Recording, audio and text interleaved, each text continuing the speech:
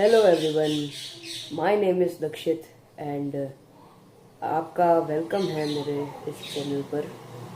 तो आज हमारा एक टॉपिक है जिस पे मैं थोड़ा बात करना चाहूँगा। आज हम फिज़िक्स में हम जो चैप्टर्स पढ़ते हैं, जैसे कि एक इलेक्ट्रोस्टैटिक्स हो गया और एक करंट इलेक्ट्रिसिटी हो गया, उनमें कुछ मिसकंसेप्शंस और मिथ्स होते हैं जिनके बारे में मुझे भी चैप्टर पढ़ते समय पता नहीं चला था। और जब मैंने उसे एनसीईआरटी से डीपली रिवाइज किया, जब मुझे पता चला कि ये मैकेनिज्म ऐसे होता है, या फिर यो चीज़ कुछ ऐसी चीज़ें होती हैं उन चैप्टर्स में जिन्हें हम अपने मन से ही मान लेते हैं कि ये ऐसा होता होगा। हम उसके अंदर डीप डाइव नहीं करते, हम उसे डीप में नहीं समझते, तो हम उन्हें बस ऐसा मान लेते हैं कि वो ऐसा होगा। तो ऐसी ही दो फिजिक्स की मिथ हैं उन दोनों चैप्टर से जो आज मैं डिबंक करने जा रहा हूँ। वो मुझे पहली बार पढ़ने के बाद काफ़ी इंटरेस्टिंग लगी। मुझे लगा कि ये काफ़ी अच्छा नज़रिया है एक नई वीडियो बनाने का, and to brush up my knowledge on that and spread that in the world also, so that there will be welfare of me as well as my friends. Not only my friends, but yes, my friends, because all the viewers who are watching this, I will consider them my friends. Okay, so without wasting so much time, already I have wasted, but starting the video now. So this is the topic today's. I want to express my thoughts on that. Okay, so the first myth is, पहली myth ये है, if the electric field at a point is zero, then electric potential is also zero at a point. ये एक ऐसी myth है जो काफ़ी ज़्यादा मानी जाती है। मैंने भी पहले मान रखी थी, बट इसके बारे में जब मैंने एनसीईआरटी में पढ़ा तब मुझे पता चला कि यदि कोई पॉइंट है जिस पे मान लीजिए इलेक्ट्रिक फील्ड ज़ीरो है, तो उस पॉइंट पे क्या पोटेंशियल भी ज़ीरो होगा? इलेक्ट्रिक पोटेंशियल, एक पॉइंट पे पोटेंशियल पूछ रहा हूँ मैं, नॉट पोटेंशियल डिफरेंस। ओके, सो उस पॉइंट पे क्या पोटेंशियल ज़ीरो होगा? इसका आंसर है हो भी सकता है, नहीं भी हो सकता है। एक केस मैं ऐसा लेना चाहता हूँ जिसके अंदर एक जगह है या एक पॉइंट है, वहाँ पर इलेक्ट्रिक फील्ड कम्प्लीटली ज़ीरो है, बट एट दैट पॉइंट जो इलेक्ट्रिक पोटेंशियल है वो ज़ीरो नहीं है। देखिए, इसका सबसे बेस्ट, इसका की कंसेप्ट क्या है? इसका की कंसेप्ट है जो हम बेसिक क्लास 9 और 10 से पढ़ते आ रहे हैं। की concept is that electric field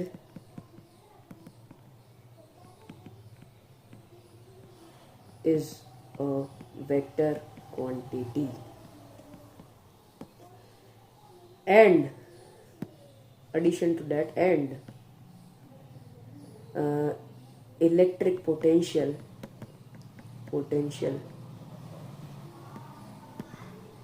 is a scalar quantity.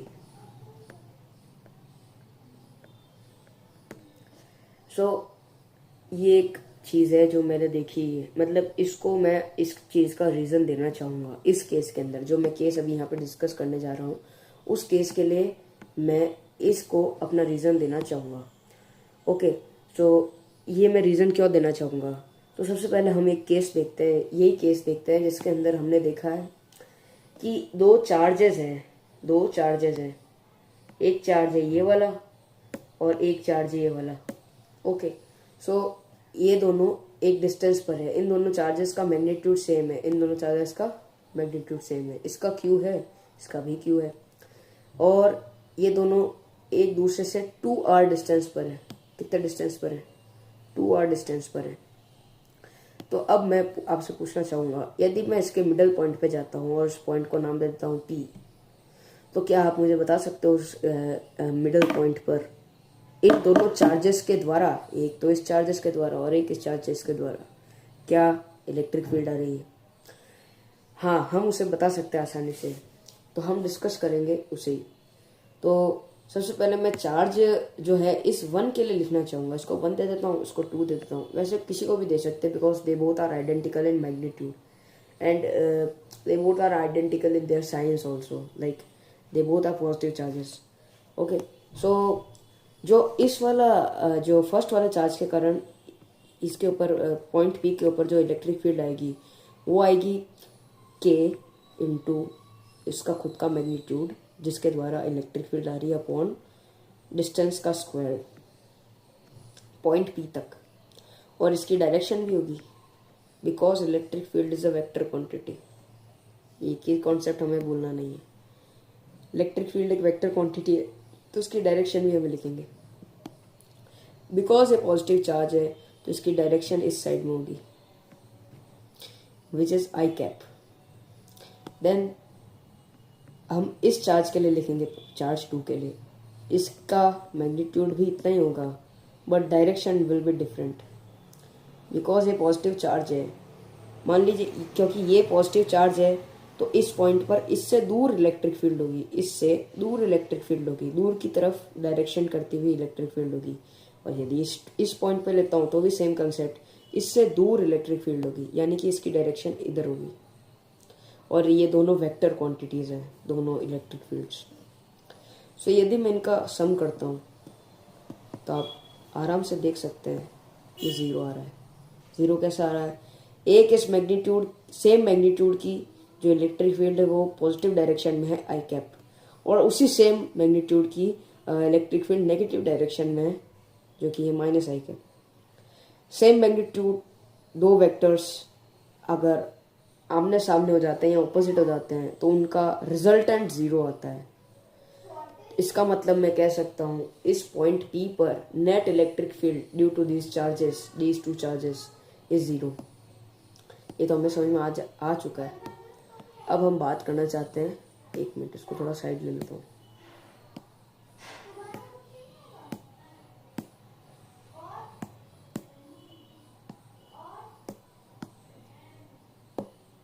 Sorry, just a minute. I think मैंने इसको साइड ले लिया है। चलिए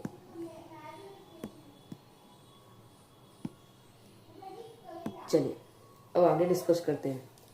अब यदि मैं आपसे पूछूं कि इसका इस पॉइंट पर पॉइंट P पर इन दोनों के कारण जो पोटेंशियल है वो कितना होगा। क्या पूछा मैंने? इन दोनों के कारण पोटेंशियल कितना होगा। तो इन दोनों के कारण पोटेंशियल मैं लिखना चाहता हूँ। सबसे पहले मैं लिखूंगा पोटेंशियल एट P जो कि बराबर होगा किसके। सबसे पहले मैं पहले के कारण लिखूंगा। पहले के कारण क्या पोटेंशियल आएगा? K इंटू उसका मैग्नीट्यूड Q। मैग्नीट्यूड नहीं, ये जो हमने Q लिखा है इसका साइन भी साथ में आता है, but the sign of both the charges are positive, so there is no point to write the positive charge, so I am not writing it. If it would be negative I should have write down a negative और a minus sign ahead of the magnitude of Q। Okay, तो यहाँ पे उसका sign भी आता है साथ में, तो K इंटू Q अपॉन में R, यानी कि जो डिस्टेंस है वो। अब हमें देखने की ज़रूरत है कि जो इलेक्ट्रिक पोटेंशियल है वो स्केलर क्वांटिटी होती है, मतलब इसकी कोई डायरेक्शन नहीं है स्केलर क्वांटिटी की। तो ये कितना आया? ये केवल मैग्नीट्यूड आएगा, क्योंकि इलेक्ट्रिक पोटेंशियल स्केलर होती है तो उसका केवल मैग्नीट्यूड आएगा। सिमिलरली यदि हम यहाँ से देखें चार्ज 2 के लिए तो प्लस करके लिखूंगा, क्योंकि पोटेंशियल ऐड हो रहा है ना, इस चार्ज के कारण भी आएगा तो इस चार्ज के कारण क्यों नहीं आएगा? They both are same. इसके कारण भी आएगा K into Q divided by R।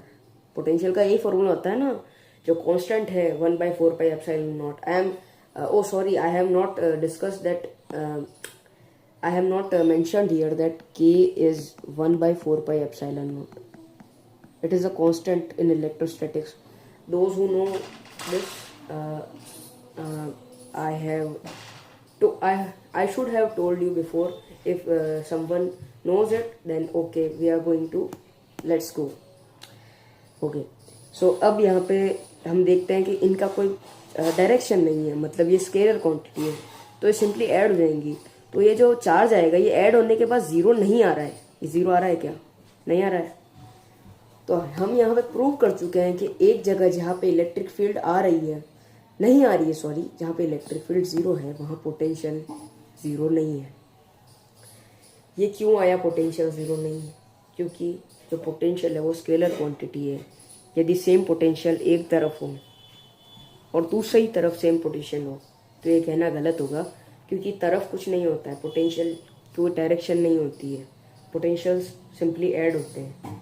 So potential is not zero at this point at P, okay, but electric field is zero at that point P.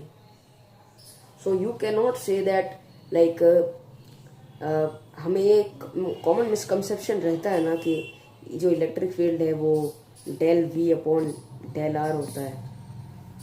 तो यहाँ पे मान लीजिए जो E है वो ज़ीरो हो गया, तो E है वो ज़ीरो हो गया, तो डेल्टा V भी ज़ीरो होना चाहिए। नहीं होगा ज़ीरो, हो भी सकता है ज़ीरो, ये कहना भी गलत है। हो भी सकता है ज़ीरो का क्या मतलब है? E is equal to delta V upon R, delta V upon delta R लिखा है मैंने। तो यहाँ पे यदि हम देखें तो जो E है वो ज़ीरो हो रहा है, तो क्या डेल्टा वी भी ज़ीरो होगा? डेफिनेटली होगा। बट यहाँ पे तो हम देख रहे हैं, ये तो मैं अपनी बात को कॉन्ट्राडिक्ट कर रहा हूँ, यहाँ पे डेल्टा वी ज़ीरो आ रहा है लेकिन यहाँ पे वी पी ज़ीरो नहीं आ रहा है। एक्चुअली मैं अपनी बात को कॉन्ट्राडिक्ट नहीं कर रहा हूँ, मैं ये बताना चाह रहा हूँ कि ये डेल्टा वी है और ये वी है, ये change in potential between two points, एक पॉइंट ये है एक पॉइंट ये है, इस पे पोटेंशियल वी ए है, इस पे पोटेंशियल वी बी है, इन दोनों के बीच का पोटेंशियल डिफरेंस ज़ीरो आ रहा है। लेकिन यहाँ पे मान लीजिए पोटेंशियल 20 वोल्ट है, यहाँ पे भी मान लीजिए पोटेंशियल 20 वोल्ट है, इन दोनों का पोटेंशियल डिफरेंस कितना आ रहा है, मतलब इन दोनों के पोटेंशियल्स में कितना डिफरेंस है, वो तो जीरो आ ही रहा है। मतलब इसकी कोई डायरेक्शन नहीं है स्केलर क्वांटिटी की। तो ये कितना आया? ये केवल मैग्नीट्यूड आएगा, क्योंकि इलेक्ट्रिक पोटेंशियल स्केलर होती है तो उसका केवल मैग्नीट्यूड आएगा। मतलब इसकी कोई डायरेक्शन नहीं है स्केलर क्वांटिटी की। तो ये कितना आया? ये केवल मैग्नीट्यूड आएगा, क्योंकि इलेक्ट्रिक पोटेंशियल स्केलर होती है तो उसका मतलब इसकी कोई डायरेक्शन नहीं है स्केलर क्वांटिटी की। तो ये कितना आया? ये केवल मैग्नीट्यूड आएगा, क्योंकि इलेक्ट्रिक पोटेंशियल स्केलर होती है तो उसका केवल मैग्नीट्यूड आएगा। सिमिलरली यदि हम यहाँ से देखें चार्ज 2 के लिए, तो प्लस करके लिखूंगा, क्योंकि पोटेंशियल ऐड हो रहा है ना, इस चार्ज के कारण भी आएगा, तो इस चार्ज के कारण क्यों नहीं आएगा? They both are same. इसके कारण भी आएगा k into Q divided by R. Potential का यही फॉर्मूला होता है ना, जो कांस्टेंट है 1/4 pi epsilon not. I have not discuss that, I have not mentioned here that k is 1/4 pi epsilon naught.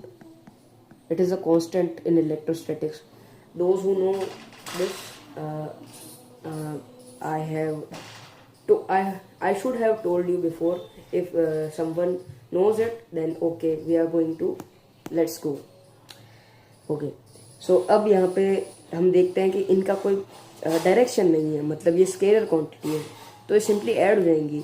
तो ये जो चार्ज आएगा ये ऐड होने के बाद ज़ीरो नहीं आ रहा है। ये ज़ीरो आ रहा है क्या? नहीं आ रहा है।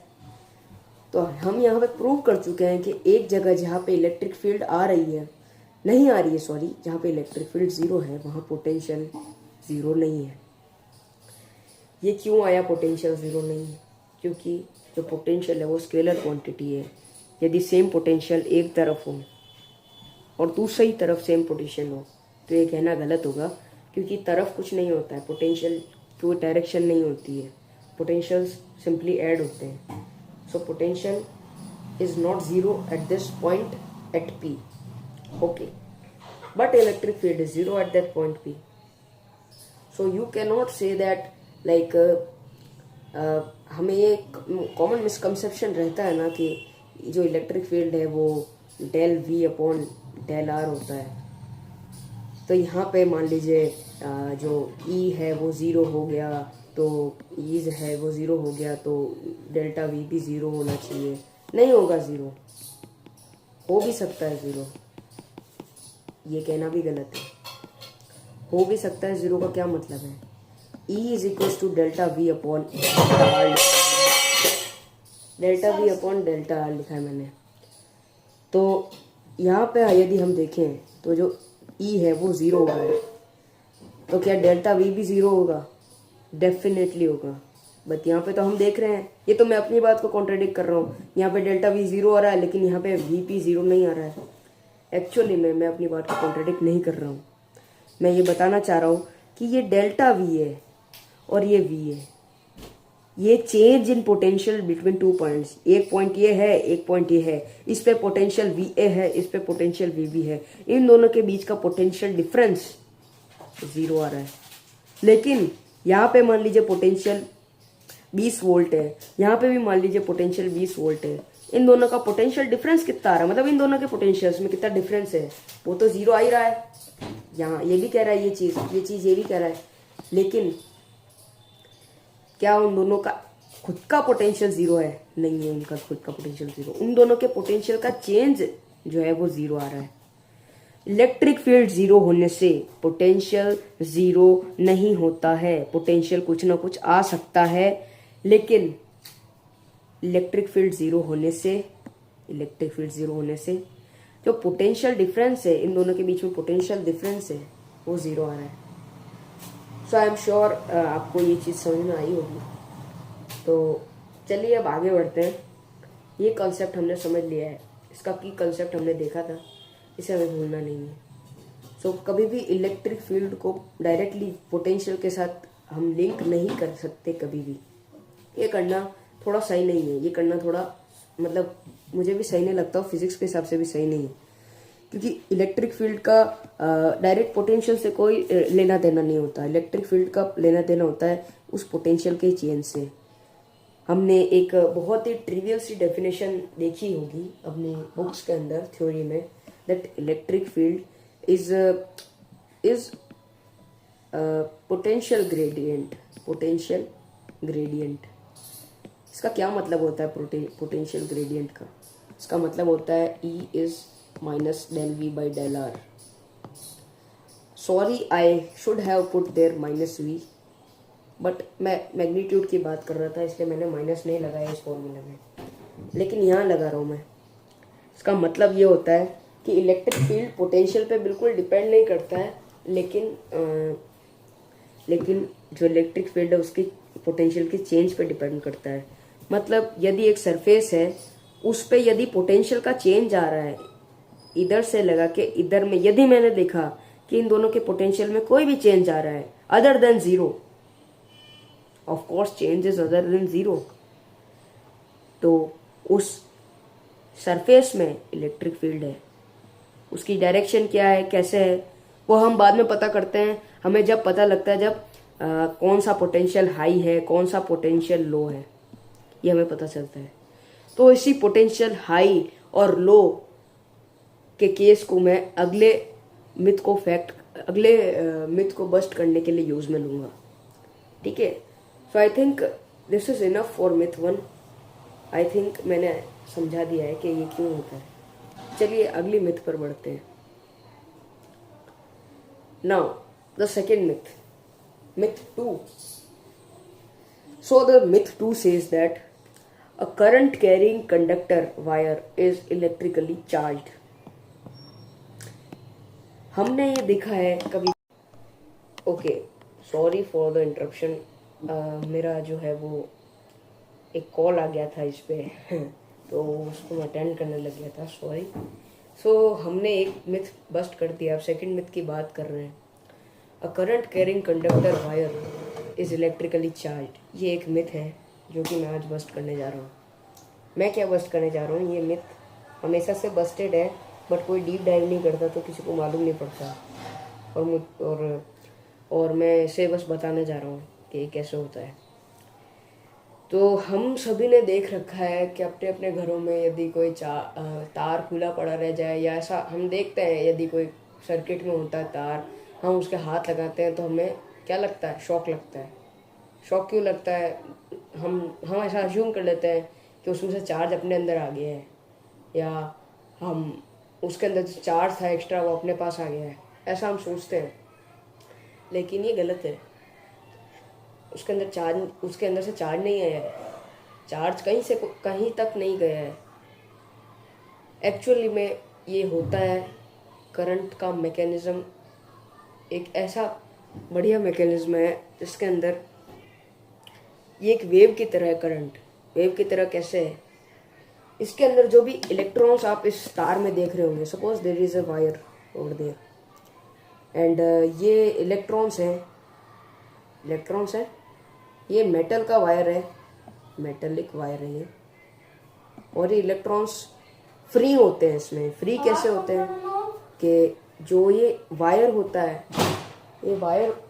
इसके फ्री इलेक्ट्रॉन्स में जो वायर होता है वो मेटल का है, तो इस मेटल के अंदर फ्री इलेक्ट्रॉन्स होते हैं। मतलब ये जो अपने प्रोटॉन से हैं ये इतने अच्छे से लिंक्ड नहीं है। ये जो मैंने बॉन्ड्स बता रखे हैं ये बहुत वीक होते हैं, ये आसानी से टूट सकते हैं और आसानी से पॉजिटिव और नेगेटिव बन सकता है। तभी हम वायर्स मेटलिक यूज में लेते हैं। तो ये फ्री होते हैं, इलेक्ट्रॉन्स मेटल के अंदर घूम रहे होते हैं इधर उधर, लेकिन कोई एक्स्ट्रा नहीं होता है, कोई कम नहीं होता है। इलेक्ट्रॉन्स जितने हैं आप इसमें देख सकते हो उतने ही प्रोटॉन्स भी है। प्रोटॉन्स यानी positive part of the atom. तो वो चार्ज नहीं है पूरा। अब मैं कहूँ आपके पास में कि इस मेटलिक वायर में कितना चार्ज है, आप बोलोगे इसके अंदर चार्ज 0 है, बिकॉज जितने नंबर ऑफ इलेक्ट्रॉन्स उतने ही नंबर ऑफ प्रोटॉन्स है। तो नेट चार्ज क्या हो गया, 0 हो गया। तो हम ये क्यों मान लेते हैं कि एक करंट कैरिंग कंडक्टर के अंदर इलेक्ट्रिक चार्ज होता है?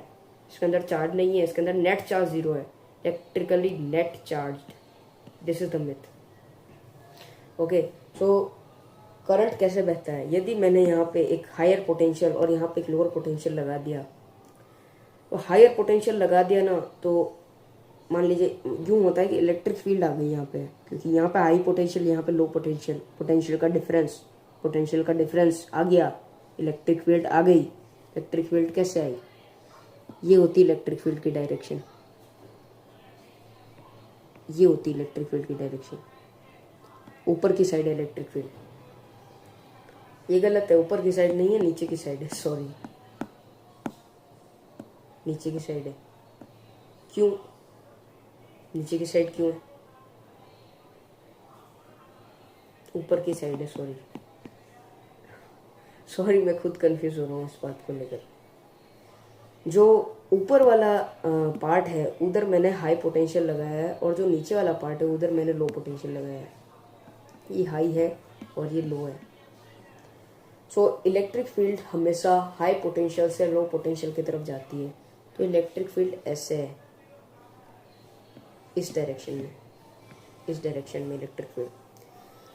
तो जो इलेक्ट्रिक फील्ड आई है उस कारण जो फ्री इलेक्ट्रॉन्स है उनका एक फोर्स लगता है। अब आप कहेंगे पॉजिटिव जो पार्ट है उसके ऊपर फोर्स क्यों नहीं लगता? उसके ऊपर भी फोर्स लगता है, लेकिन वो पॉजिटिव पार्ट फ्री नहीं है ना उस मेटेलिक लैटिस में।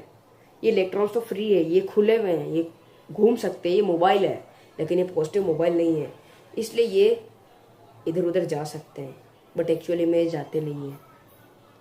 यही तो मेन बात है करंट की। Current is like a wave. मैंने पहले क्या कहा था? Current is like a wave.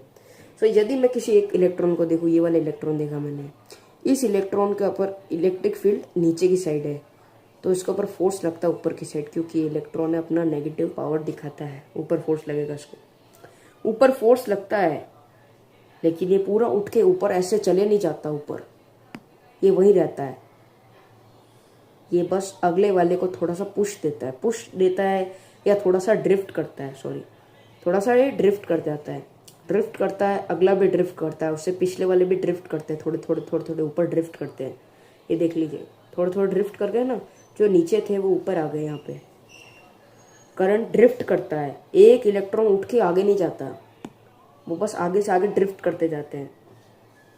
यही मैकेनिज्म वेव में भी होता है।